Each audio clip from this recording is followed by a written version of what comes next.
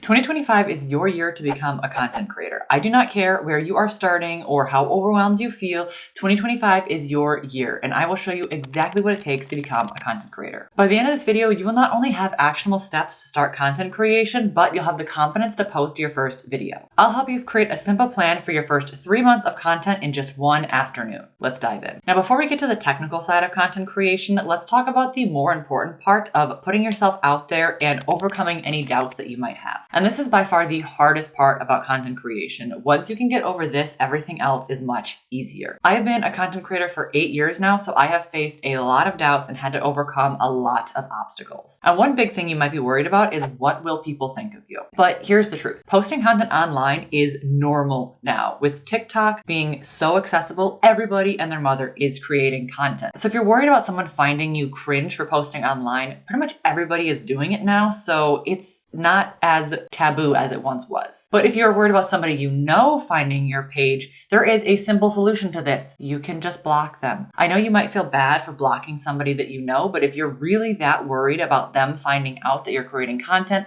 and that is the only thing stopping you from creating content, it is your page, it is your rules. You can just block them. You don't ever have to tell them you're creating content, and they'll never find you if they don't actually know. So I really want to encourage you to take time to think about what your fears are and face them head on. You can write them down, you can reflect on them, and then just ask yourself, what is the worst that could happen from posting content online? And what you'll realize when you do this and you actually work through these fears to get to the root cause of the issue is that they likely don't hold as much weight once you actually think them all the way through, and they're not as scary as you probably think they are right now. And most importantly, I need you to trust yourself and the decisions that you're going to make, because content creation is not a one size fits all. You can succeed in your own way, and you don't have to follow every trend. You don't have to do things that are out of alignment with what you want in your life. And we'll get into this a lot more later, but first, let's talk about your big picture. And this is the part to be excited about. What is your dream scenario to becoming a content creator? Maybe it's financial freedom, or it's working with your dream brands, or even being able to stay home with your kids. I want you to write down these goals, write down your dream scenario, or if you want to visualize it, I recommend that you do both. You can create a vision board. I have one hanging up in my office at all times, and it's just something to remind you of why you are doing this. Because these big picture goals is what's going to keep you motivated when things get really tough and it doesn't feel like it's working. So you need these big picture goals in order to keep yourself excited, because in order to create content, you need to be creative. And the best way to foster creativity is to be excited, and these big picture goals are going to help you keep that excitement. For example, some of my goals is in the future, I'm going to buy a lake house. I really want to be debt free, and I want to be a stay-at-home mom. So those are the things that drive me when I really don't feel like putting out that video, or I really don't feel like editing. Those are the things that keep me going. Now, dreams are great, but you need a plan to make them real. Sadly, you cannot just slap $1 million and a hot dad on your vision board and expect to be proposed to in Mexico. You need to work towards that and put yourself in situations to meet said hot dad. So here's where you can take those big dreams, you break them down into actionable, real goals, and then you create a plan to hit those goals so that your vision board can become a reality. For example, if your goal is to become a full-time content creator, you first need to figure out what milestones you need to hit. What does it mean to become a full-time content creator for you? And then once this plan is created, do everything that you can to stick to it. The plan is the fun part. The dreaming is the fun part. The actual steps to hit that plan and follow it, that's going to be the difficult part. If you want to be a full-time content creator in 2025, you have to work for it. However, this does not mean that you need to go overboard and post every day. You don't need to go crazy and overexert yourself and burn out. That's not what we're going for here. I'll be giving you tips later on creating your 3-month content creation plan, and we will break all of that down. But just remember that everyone who gets started with content creation has a full-time job. And at the beginning, probably a lot of them don't have a lot of time between their job and just life in general. That means that there's not a lot of time for content creation. So creating actionable and reachable goals with sustainable plans to hit them is what you want to do in order to hit those goals and avoid burning out. You cannot be a full-time content creator next year if you burn out within the first 3 months. But you can build a following on social media or your blog or YouTube or wherever you're posting in a sustainable fashion, which is what this channel is all about. So if that's the type of content you're interested in, make sure to subscribe down below so you don't miss any more videos. But dream big, create reachable goals, and then create a sustainable plan to get there, which is what we're going to talk about next. I find the planning part to be the most stressful and overwhelming because dreaming big is really fun, but because our dreams are so big, they feel so far away. To me, they almost don't feel real. So it's easy to set those big goals. And then the yearly goals, they're also kind of really far away. So those feel easy to set as well because it almost doesn't feel real. So where I typically struggle is when you chunk it down to the what do I do next, or like what is my next step. So let's break it down if you're feeling overwhelmed on where to take your next step. The first thing that you need to do is pick the platform that you're going to post on. Now there are a lot of options, but the most popular ones are Instagram, YouTube, and blogging. Each one of those platforms has its pros and its cons, so pick which one you think you'll enjoy and see yourself sticking to. Next, you want to choose what you are going to talk about. Now, a lot of people during this step say, I want to talk about everything. So I want to talk about lifestyle. But lifestyle is such a huge, broad topic. You need to figure out what specifically about your lifestyle you actually want to talk about. Do you want to talk about cooking, travel, fashion? There's a lot of options. And in order to not get overwhelmed and be able to gain a following quickly, you have to pick a few specific things. If you are all over the place, people might hesitate to follow you because they don't know what to expect from your next video. But if you do daily vlogging and that's your niche, or you do cooking videos consistently, then your audience and the people that find you can resonate with you and they will want to stick around because they know your next video is going to be on cooking or a daily vlog or fashion or whatever. The next thing to figure out is who exactly are you creating for? Are you creating for the busy moms that just want to be more fashionable? Are you creating for the woman in her 20s who is trying to get her finances together and pay off debt? Your audience is a super important piece of this puzzle when it comes to content creation because your audience is going to be the people who follow you, who you create the content for. They're going to be the people buying your products and everything in between. So if you do not have an audience, you don't have anything. So make sure you know exactly who you're going to be talking to because that is who you are doing everything for. And I think that this part is a big piece of why creators fail because they're so focused on the content that they want to create, they don't care about what other people actually might want to see from them. And then finally, you want to remember your why. Why did you start this journey to begin with? And this can be tied back to your dreams that we already talked about. Maybe you know that you want to live an easy life on the beach and passive income is your goal, so that's why you're starting content creation. Whatever it is, figure out your why and be clear on your purpose. For me, it's to build a life of freedom and flexibility so that I can be a stay-at-home mom to my future kids. And your why should also include the problems that you are solving for a specific group of people. It's like helping a past version of you with the knowledge from the current version of you. Maybe you got out of debt really quickly and you want to help people get out of debt. For me, I got really good at content creation, so I started teaching other people how to create content. Whatever your why is, you really need to keep that close because it's going to be your guiding light for all of your content and everything that you do. And it's also going to be why you're creating content in the first place. So it's very, very important to understand that. So what we have just done here is created a vision statement for your brand and for your content because that's essentially what we are building here. Your vision statement could be something like, I want to be a content creator on YouTube talking about debt payoff and financial freedom to women in their 20s because I want young women to feel empowered and in control of their finances and building a strong foundation for the future. And do you see how that is way more powerful of a statement and way more clear and focused than I want to become a full-time content creator in 2025. With that vision statement, you know where you are creating content, what you are talking about, who you are creating content for, and why. And those are the 4 pieces that should make up your vision statement so that you know exactly where you're going. And this first, most important step will be the foundation for building an authentic brand on social media that you love, that's going to help you go full-time with content creation in 2025. Now let's talk about how you are going to stand out from the sea of other content creators that are out there, because let's be real, there are a lot of content creators out there. However, that doesn't mean that you cannot become one of them. You're probably worried if YouTube or content creation in general is too oversaturated, And the answer is no. It is saturated. There is definitely a lot of people in this market, but there are so many people looking for content creators and people to watch all the time.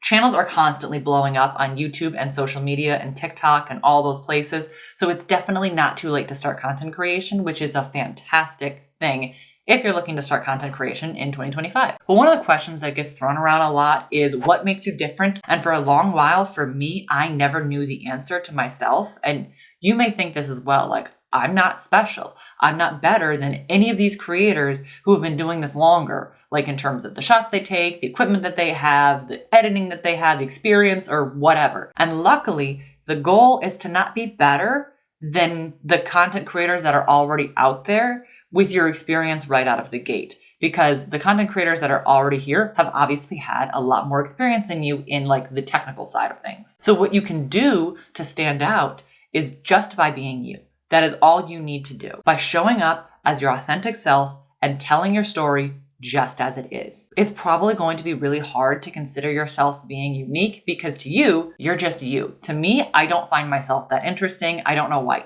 anybody listens to a word that I have to say, but it's because you've lived your life. So your life is not brand new to you. It's not exciting. You've lived through every piece of your life. So to you, it's just your life. But you can craft a video like nobody else can. You can tell a story like nobody else can. You have unique viewpoints and experiences, and that right there is what makes you special. Just simply being you is enough. And I encourage you to watch content creators intentionally over the next month or so when you get started on your content creation journey. Not just doom scrolling, but really looking at the content creators that you resonate and follow and ask yourself, why do you follow them? What are they known for? Do they feel like a comfort creator to you? Are they funny? Do you resonate with their story? Are they known for like a certain series that they're doing? And what you'll start to realize when you do this is that these creators took pretty mundane things, stories, skills, or traits that you also have and turned it into their brand, which is what we are trying to create for you. This is going to be your brand on social media. All these things that we're working on right now is to build a brand for you on social media. And it's not just the typical things that you might consider like, oh, what colors am I going to use? Or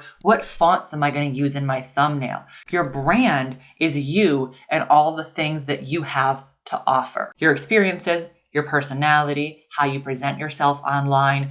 People are looking for authenticity, and that is something that you can bring to the table in a way that nobody else can. So once you answer these questions for others about why do you follow them, what makes them interesting, do they have a series, etc., ask yourself, what do you want people to follow you for?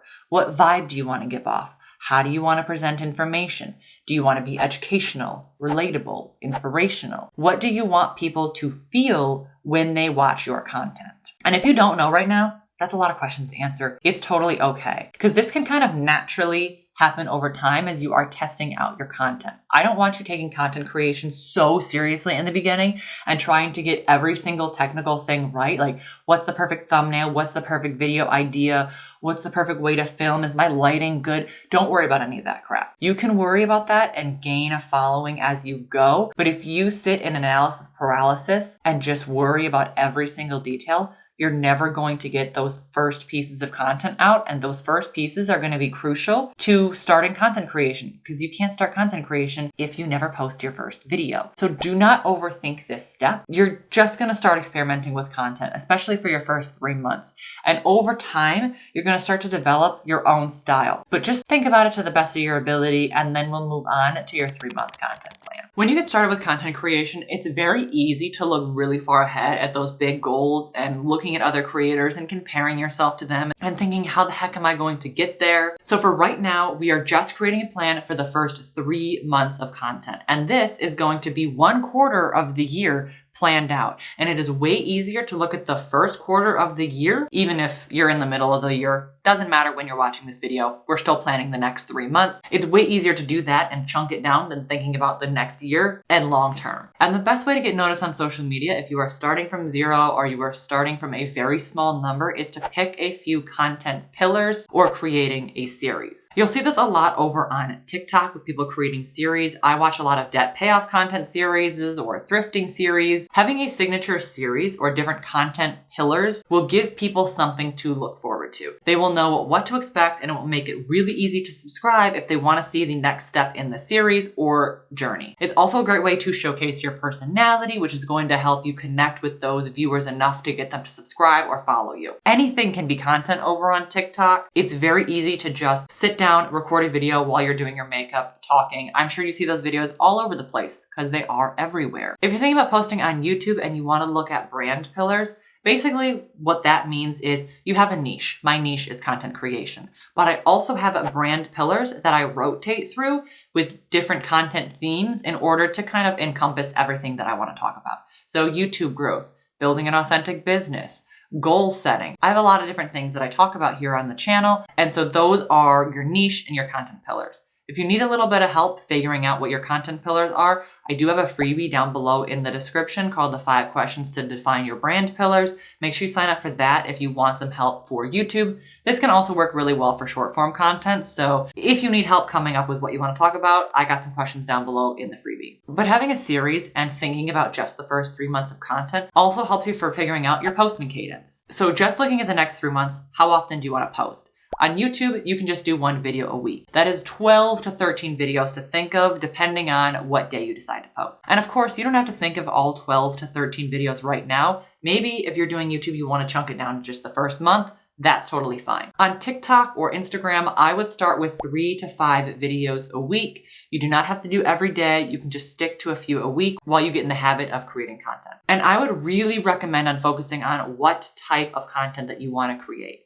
You want to focus on the viewer a lot, especially in these first 3 months, because that is all that matters, is the viewer and what they want to watch. But you also want to think about what you like posting as well. Because if you focus solely on the audience, you might kind of get lost in chasing the numbers and not creating content for you. So there has to be a balance, because for a long while there, I was not creating content that I wanted to create. I was creating content that was outward focused and only worried about what the viewer on my channel wanted to see. And I got burned out and hated the content that I was creating. I mean, hated is a strong word, but I definitely wasn't enjoying the content I was creating. I was so focused on what the viewers wanted, I forgot to ask myself what I wanted. So don't fall into that trap. There definitely needs to be a balance between what the audience wants and what you want. Then once you know roughly how many videos you want to post and what timeline you want to think about over the next couple months, then you can start batch creating your content. And this is what I do with my YouTube videos. I rarely ever record 1 video at a time or 1 TikTok at a time.